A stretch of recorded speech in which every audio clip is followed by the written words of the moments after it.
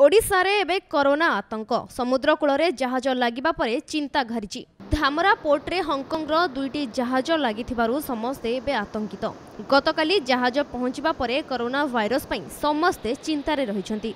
बांग्लादेशर चिट्टागंगरु आसीथिला एही दुईटी जहाज। एही दुईटी जहाजरे 44 जन चीनर नागरिक थिबारु भूताणु पई समस्ते एबे चिंतारे अछंती।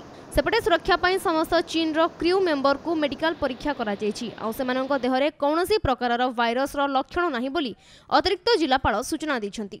मो डीपीसीएल अथॉरिटी को ए बाबद पचारि के बुझिली एवं सेमाने कहले जे हांगकांग रो दुईटा शिप आछि एवं सेटा चित्तगंग लास्ट जो स्टेशन थिला चित्तगंग रो आछि एवं गत काली 19 तारिख रे से बर्थ करछि धामरा पोर्ट रे एवं सेमाने ऑलरेडी मेडिकल एग्जामिनेशन मध्य जो क्रू मेंबर अच्छे कर सारे एवं कौन प्रकार भयभीत होबार नहीं एवं मेडिकल चेक रे मध्य जहाँ डीपीसीएल अथॉरिटी कहते कौन एमती सूचना मिलनी जो थी कि डरवा कि भयभीत होबार कारण अच्छे।